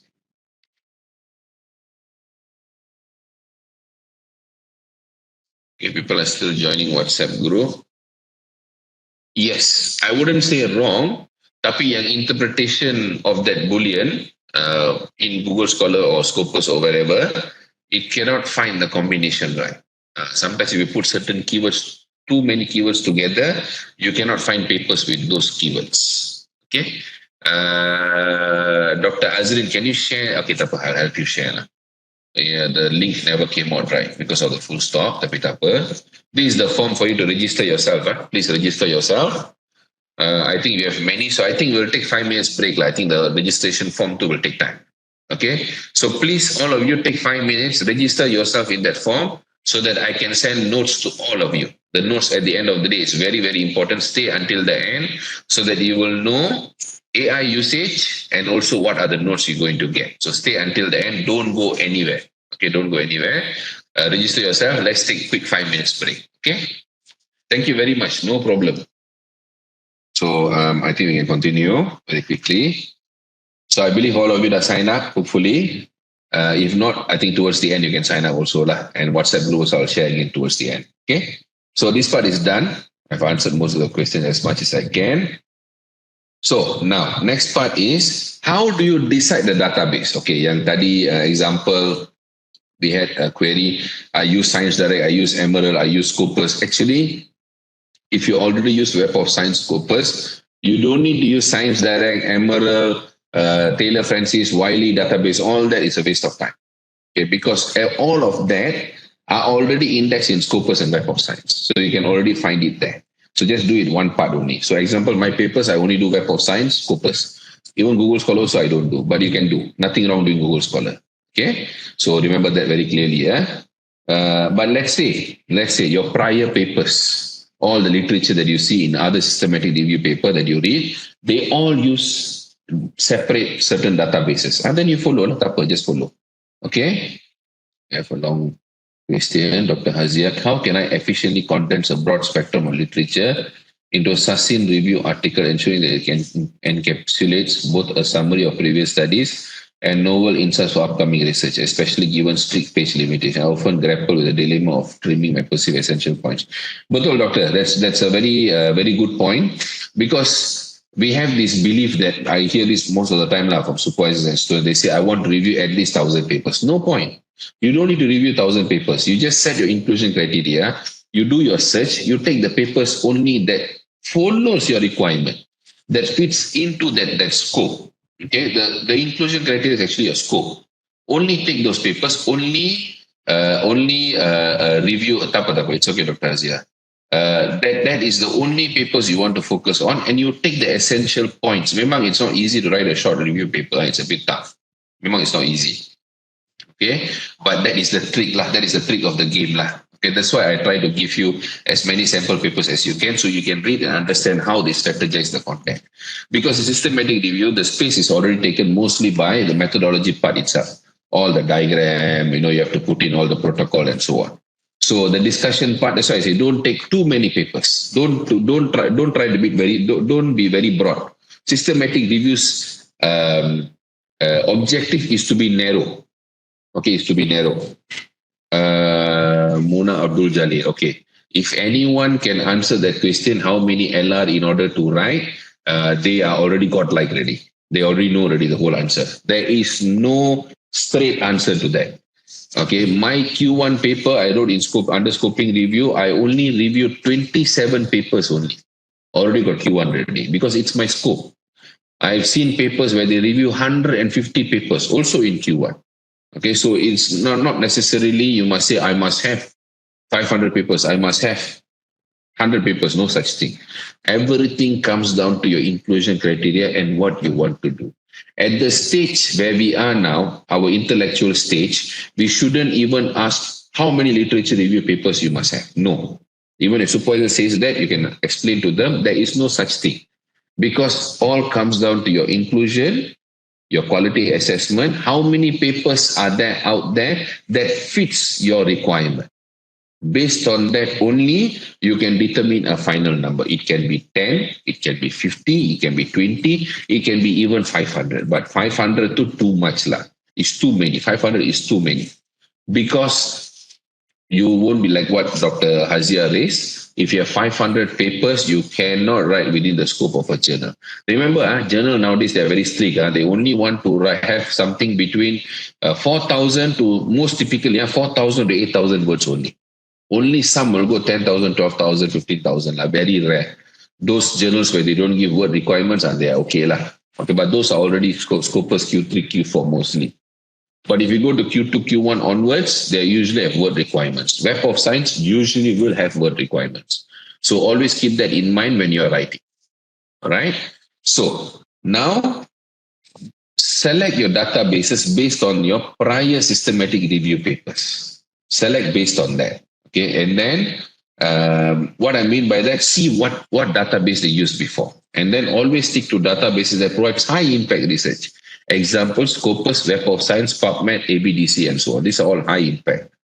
Because within Emerald, within Science Direct database itself, there are papers that are not indexed yet. They are very new. Okay, they belum go through the whole indexing part there. So maybe the quality is not there yet. Keep that in mind. Not all Emerald papers are Scopus Web of Science index.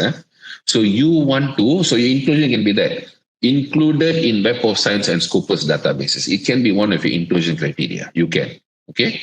And then make sure you get supervisor or co-author to advise your database as well, because they have very good experience. Definitely. Okay. How do you explain the databases? This is an essential part of the writing. Not to say you must have, but it is good to have. This is a good example of that. Okay, so this paper basically explains how they selected databases. So you can see here, these databases were chosen based on systematic review guidelines from the Social Care Institute for Excellence. So they use SCIE lah. And then the experiences of other researchers. You see, they cite all the prior papers, see what databases they used.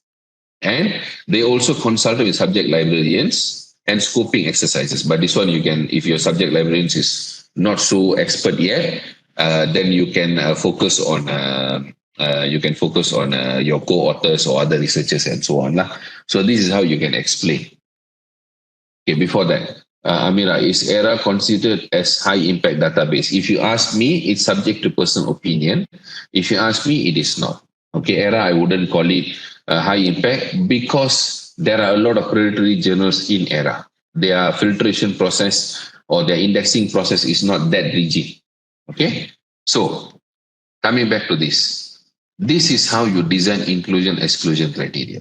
Okay, so this is an example of a topic, educational impact of being a young carer for aged 16 to 24. Okay, educational impact of being a young carer for age 16 to 24. So you have inclusion criteria, exclusion criteria. Okay, so this is the inclusion, like young carers age 16 to 24, education, excluded, foster care, children care, looked after children. Okay. From these are the two main criteria which going to tell you how many papers you're going to review at the end.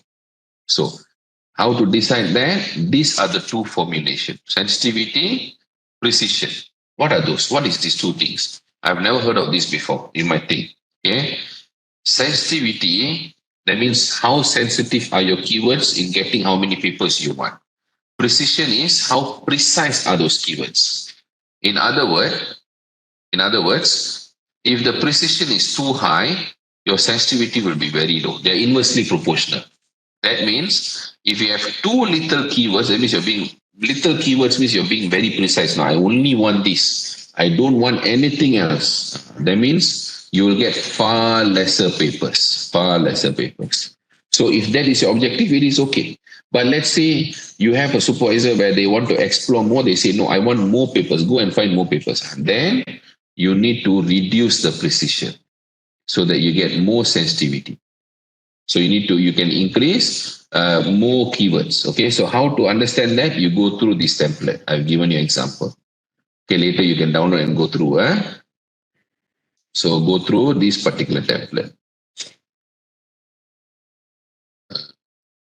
Systematic review. Here, SLR inclusion template. Okay, inclusion, exclusion template. Okay, so you can go through the later. I've given you key examples in the template. Okay, after you download all the papers based on inclusion, you did your filtration, everything done, you can use my literature review summary sheet to read those papers and summarize all the information down to potential gap. So title, authors, introduction, theory, variables, methodology, analysis, findings, down to potential gap. After you have done all of that, you have summarized all of this. If you want to know how to use this template, try to go and watch my recording of my previous class. Okay, you can find it on my Facebook. Okay, after this, then you go to literature matrix. Okay, so all those information tadi, you see for one paper, right? So that one paper will become one row here. Okay, one row here. So every paper that you read will become one row. Okay, and systematic review is essential to have literature matrix. Narrative review, not really. Okay, so you can fill up all the information here. This itself will tell you what exactly is going on. And this will assist you when you are reviewing the entire papers that you have downloaded. Okay. So now we are going to one of the important segments for today, AI for thesis and journals. Okay. So now, for those who are thinking which literature databases to use, please take note. These are all the available databases that you can explore. All of these are also in template. You can download. You can download here. Literature databases. Here. You can download from here. Okay. The URL link is given. You can click directly from the URL link. So let's say you want to look at a database that is used by all subject areas. So you got this Web of Science, Scopus, Google Scholar, Archive, all of this. And then medical, eyesight, PubMed, engineering, all of this, social science, all of this. Okay. So what is the problem with AI and database? You have to understand something. Very, very crucial. ChatGPT especially doesn't have access to majority of the databases here. Majority. Because you know why? Especially Scopus and Web of Science. Because they are all paid. These are all paid databases. ChatGPT cannot get access to those. And Scopus and Web of Science will never give access to them, to ChatGPT, because, at least for now, won't have access, because if they give access, they will be out of business. So whatever search they are doing on ChatGPT, the information that they're getting, you are essentially getting from books, old books, before 2021. You are not actually getting from journal papers unless the journal PDFs are uploaded in ResearchGate. But how many are those of authors actually? You guys are authors, right? How many of you actually upload PDF in ResearchGate? Not many. So that means you are basically reading at a very small portion of information only. That's why ChatGPT don't give you precise information that you need. So please keep that in mind. They don't have access to all of this. And without access to all of this, you're not reading enough for your literature. Okay? Especially if you don't have Web of Science, you're not reading all the high impact papers. You are not. Okay?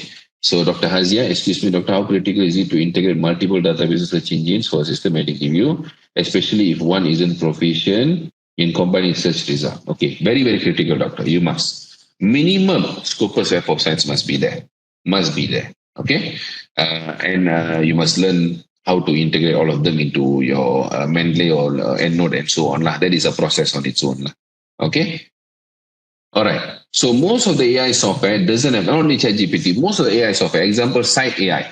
Site AI is this software, SCITE.ai, quite famous now. But most people don't know that Site AI don't have access to Elsevier. No access to Elsevier journal. The moment you don't have access to Elsevier journal, majority of the research papers you're not being read. What is the point? What is the point of reading a non-comprehensive AI from a non-comprehensive AI software? You may ask, so what if I don't read everything? Okay, my question to you is, you go and use AI tools. You read papers that are rather limited, okay, and then you build a proposal. Then you go for proposal defense. You have to understand the examiners who come for a proposal defense, they are old school. They want to make sure they know that all the papers are being read. So normally they'll do their own search. Okay, I think most of you can agree, supervisors here. They'll do their own search. They'll see papers and so on. If they find any papers on Google Scholar or any other platform that is doing something similar to what you're doing, maybe even 50-60% of it, but you never address it, you are going to get into a very big problem. Okay, sometimes people have to even go back and redo everything. This happened before, and it's happening now. People have to go back and redo a lot of their research, change the whole framework, change their whole system, and so on. Okay, so keep that in mind. Software like this, they are good algorithmically, but they don't have access to everything. And Elsevier, Web of Science, Scopus, they won't give access to third-party software because they have their own AI. Scopus has its own AI. So remember that AI is now very scattered. So you don't know which one is right, which one is wrong. You don't know that yet. Okay. Yeah. So now this is a real story from my own experiment. I've done my own experiment also. For those who don't know that Turnitin already got AI, keep that in mind. It already has AI. But I know that in UITM, you guys use Originality. But remember, Originality also is part of Turnitin now. They already bought over. They are integrated now. So don't take AI plagiarism lightly, because since April, I think probably it's not there yet. If it is there, if it's not there, it'll come soon. Since 2023 April, it already got special portion for AI. And this AI now, as of 3 or 4 weeks ago, now you can download the report. Last time you cannot download. Now you can download already. So this is an example of me asking ChatGPT to write me an introduction for this topic, unveiling the tapestry of English as a second language in Malaysia, tracing its historical journey. So therefore, give me an introduction. So I scan the introduction, turn it in, and obviously I get 100%. You can see here. Okay. Now, how if I use Quillbot to paraphrase all this? This is the most famous software again. So I use Quillbot to paraphrase everything. What happens then? Okay. I paraphrase 4 times. Okay. First time, 100% became 94%. Then the 94% I paraphrase again, it became 91%. And the 91% I paraphrase again, it became 89%. Okay, and then I paraphrase 89% again, it went to 92%, and that's it. Already saturated already. The flood cannot rewrite anymore. Because you have to understand, Quillbot also, I think most likely, they're using GPT-3 or GPT-4 framework. So whoever uses GPT framework, whichever AI tools, which most of the AI tools are using OpenAI framework, they all will be traced by Turnitin, because Turnitin's AI calculation has direct connection to ChatGPT. Okay, let's say this is OpenAI. This is OpenAI. Now they are open direct funnel to Turnitin, and Turnitin also owns Originality. So keep that in mind. Be very, very careful of that. Okay. Another important thing that most people don't know. Let me also share that. Go back to my TikTok. I've done several experiments to investigate this. So you look at this one, ChatGPT Quillbot AI apps. If you have not followed me on TikTok yet, this is my TikTok link. Okay, we have done a lot of essential videos on education. So firstly, for those who are using ChatGPT to find information, okay, watch this video. Okay, this video I did an experiment where I went and searched on ChatGPT. I asked the friend to write me introduction for my PhD thesis on topic English, blah, blah, blah, with all the sources, with all the references. So the friend write for me the information. The friend give me a complete write-up, and then the friend give me all the reference also. You see, the friend give me source 1 reference, source 2 reference. So I took this reference, I went and searched on Google Scholar. Okay, so I check on Google Scholar. This real experiment. So nothing can be found on Google Scholar. Okay, nothing. I think most of you have experienced this. And then I search on general Google also. General Google also, same reference, cannot be found. It's non-existence. Non-existence. And then I search the second reference also, just to be clear, just to be sure. So as next reference I search, also same thing, cannot be found. So most of the information are being made up, the fluff combined from several sources, and then the fluff just give randomly one source. So the source is not actually clear. So we don't even know where the information is coming from. And this was a problem for many. Recently, we're getting many problems of such. So be careful when you're using ChatGPT, because if the information itself is not precise, then you're going to have a lot of problem. And then for those who are using proofreading, paraphrasing with ChatGPT, please take note. I've done another experiment also. Okay, so basically I took a write-up, very old write-up. I turn it in. So you can see the result here. 29%. Okay, so 29% for normal turn it in, for normal World Wide Web scanning, 29%. Tapi AI 0%. Okay, AI 0. So now I went back to ChatGPT. I use the same content. I asked the flow to proofread. The prompt must be clear lah for ChatGPT. So the flow proofread, the flow give me the same content. The flow give me. Then I went and scan again, turn it in. Then you can see now 71%. 0% became 71%. So be careful when you use Turnitin, especially journal papers. If you use ChatGPT to proofread paraphrase, you can never submit the journal. Even the original version also will be flagged under Turnitin because ChatGPT intend to store information because it has to train. Okay, generative AI, right? It has to train the AI. So it will store your information also. Okay, so be careful of this problem. So these are some of the AI issues I wanted to highlight to you. Take note of this before you use any information from AI. And related to that also, you can find on many YouTube channels also, you can investigate yourself. Let's say this one research paper writing using ChatGPT, OpenAI, blah, blah, blah, blah, all these videos. You see down there, comment. Always read between the lines, read the comments. Totally wrong reference provided. When you search the paper title Google Scholar, it doesn't show any paper. Same thing. Here, it is writing anything, the reference it is providing does not really exist. Okay? So, be very, very careful. We all love AI, but academic research is not Wikipedia writing. Bachelor's, diploma, and so on, I think that is up to them. Okay? But when it comes to postgraduate research, they are already at different level already. So, we are bound by facts, precise information, ethics, problem solving, and improving the world based on facts and actual research care. Okay, I'll skip this. We go to the final part. Okay, so papers to write during your PhD, or if you're a supervisor during your students' PhD and masters, when can they write their paper? Okay, so this is the proposal phase. This is their thesis phase. Okay, so from tapi bukan kawan Wilbot especially kalau setahun about grammar doctor. Okay, for good question, doctor. For Quillbot, I am 100% against Quillbot because two problem. This is one of the problem. I didn't go through lah. Change of context, massive change of context happens that students don't realize. Okay, students don't realize that the acronym that they're using is not actually true acronyms. Okay, this student failed her PhD. She had to redo now. We are paraphrasing everything back. Okay, we have to go back to the original thesis. Because the flood changed the information totally, the whole thesis. This is just one paragraph. But I don't have the time to go through today, but I'll leave it. Even you guys using Quillbot, you guys know lah. Okay. So if many ask me, if I don't use Quillbot, what can I do? Paraphrase on your own.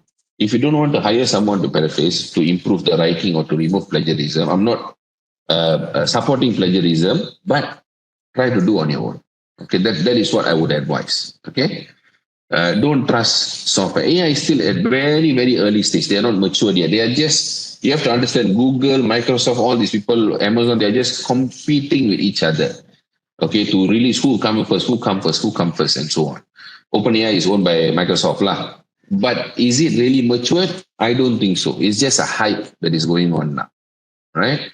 So from proposal, you can write concept paper, which you can extract from chapter 1 to 3.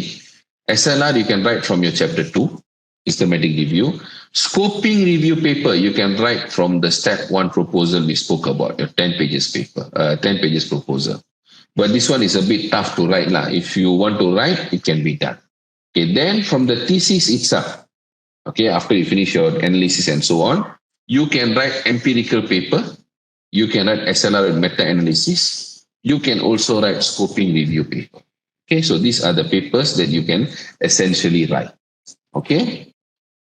Now, coming to how important is proofreading. Now I'll answer Dr. Hazia's question. How about Grammarly? Okay, Grammarly actually is a very good software. I have to be fair. Okay, Grammarly is actually a very good software. But The limitation is the fella cannot understand the meaning and go deeper. The fella cannot go deep. That's the problem. The fella cannot align the story because the fella doesn't understand the story. The fella only goes up to linguistic factors, grammar. Grammar alone not enough for proposal, thesis, and paper writing, even grant also. Tak cukup. Just because your grammar is right, but if there's no story, you're not going to go very far. This is true. Okay, this is true. This is Dr. Harold's paper that we worked on, I think 1 or 2 years ago. Okay, published in SCI Q1 Impact Factor 5. I think now more than 7 already Impact Factor. That is the amount of changes that we did. Okay, paraphrasing, proofreading, editing, and structuring. So if you want to see whether Grammarly can do the same thing or not, we also did experiment, to be fair. Okay, you can watch this video. So here I shown already. Also, Dr. Harold's paper uses example. Okay, so you can see how different it becomes, paraphrasing or proofreading, Grammarly versus if human do it. Okay, so you can go and watch if you want to. So, with this, we also like to announce that we always offer 30% off, okay, for our partner institutions lah. Okay, ultimate thesis package under for proofreading, translation, formatting services. For journals, I know many supervisors are here today. We also offer 10 and 20% for journals. Okay, so you can get in touch if you want to do proper proofreading lah, and paraphrasing and so on. So, and we also provide lifetime language warranty. So you have little headache. If there's any issue, also proposal, examiner says English need to be improved, thesis also, journal, grants, we will recheck for free. No worries on that. As long as you don't make any changes after our proofreading. Okay? And this is very, very crucial. AI or no AI, certificate of proofreading is very, very important nowadays. And please don't put your writing, your hard work writing, your writing that you worked very hard on, into any AI platform. Please don't put, because Turnitin is getting very powerful now. Okay, very, very powerful now. They are developing and developing. They're spending a lot on that. Okay. And finally, for today, I'm going to share these notes, developing and applying a protocol for systematic review in the social sciences. I'm going to email to all of you. I'm going to share ROSES reporting standards. This is something like PRiSMA, but a different protocol, very, very helpful for those who are writing thesis. Okay, for those who are writing thesis. And then a proposal. And then this one is a very, very good sample paper for you to follow if you intend to write systematic review paper. Okay? Okay, and for those who are stuck, in terms of writing paper or writing proposal or writing PhD thesis, analysis, you guys don't know how to move forward, even supervisors, if you were talking about publications and so on, we can always discuss, because we don't only discuss with students, we discuss with many professors, Prof. Amiris, Prof. Siti, and so on. We work together a lot. We normally focus a lot on, this is the consulting part of our company, we work on publication content editing, Scopus and Web of Science. Propose for those who are going through massive comments in proposal, defense, and thesis viva, we do coach a lot on how to respond to examiners strategically. Okay, sometimes you'll be really stuck, you don't know how to respond. Okay, we will be able to coach you. And then for those who are starting off their PhD master's proposal, we do coach them all the way until defense. And then proposal, defense, and viva preparations. Okay, we will teach you how to defend yourself. Thesis to journal conversion, one of our primary services that we provide, and data analysis and interpretation for chapter 4 and 5. Nurul, Nadia, can you show the papers at thesis stage? You can find a lot in our Telegram group. At the moment, empirical papers I don't have. I don't have it here, and no, I won't have enough time, but I've put all of that into Telegram group. So you try to type empirical paper or meta-analysis paper in the Telegram group, you'll be able to find. Okay? Okay, this one I'll be announcing soon, new classes. Okay, for those who want to meet me and want to discuss about your work and so on, we are based at Cyberjaya. That's our office. Please don't go to the pharmacy. We are up there. Okay, but do set appointment prior if you at all want to come and see us. And before we end the class today, I would really like to ask, how was the class today? What do you guys think? Have you guys learned anything new, anything essential, anything important today? Just would like to hear your feedback. Please let me know in the chat box. Okay, that's very good to hear. Okay. Very, very appreciate that a lot. That really, really nice to hear. So just a very quick request, okay, on your review. Please go to this link. Okay. All of you, please wait. Don't go yet. Okay. Please go to this link. Okay. Go to that link.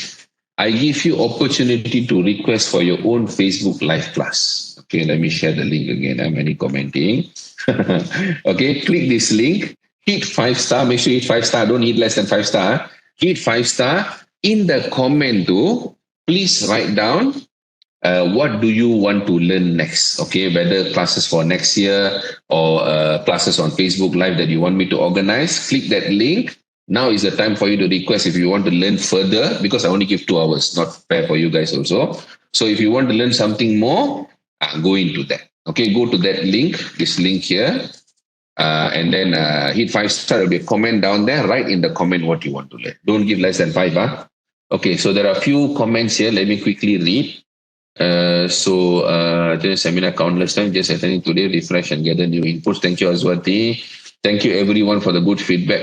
Dr. Hazia, AI may approach the realm of human expertise, but always remains just on the cusp. That's very, very true, Dr. Hazia. But it only gets scary when they start giving fake information. So always verify the information. Okay.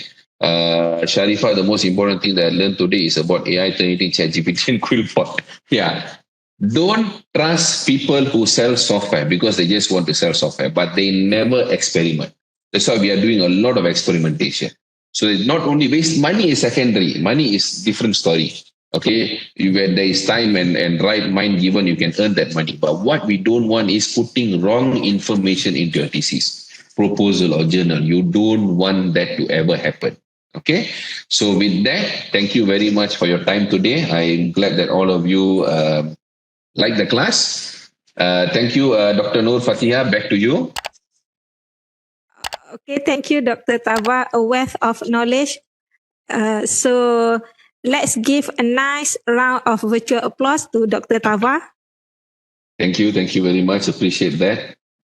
Okay, so very well, ladies and gentlemen, as our insightful journey draw to a close, okay, I would like to pause for a moment of gratitude to our speaker, Dr. Thava. Your wisdom and insights have truly enriched us today. So your generosity in sharing your expertise is appreciated. Thank you, Doctor. Thanks for your time as well. Okay. All right, thank you so much, Doctor. Right, so the link for the confirming your attendance is now active in our chat box. Okay, so it will remain active, I think, maybe up to 50 minutes. All right. Right, so to wrap up, so any more, Doctor? That's all. So I'm sharing the WhatsApp group with all of you. Please make sure you guys join so that the next class when Dr. Fatia and Dr. Khairun, when they organize, they will announce in the group, easy for you to join. So you won't miss out in the upcoming class. Okay? Yeah. So the next, I think, Dr. Thava class will be October, Doctor, right? Betul. Yeah, alright. Belum prepare slides lagi, lepas ni kena buat lah. Yeah, betul, Doctor. Okay. So to wrap up, okay, let's come together in unity for the Tasbih Kafarah and Suratul As, marking a fitting end to our session.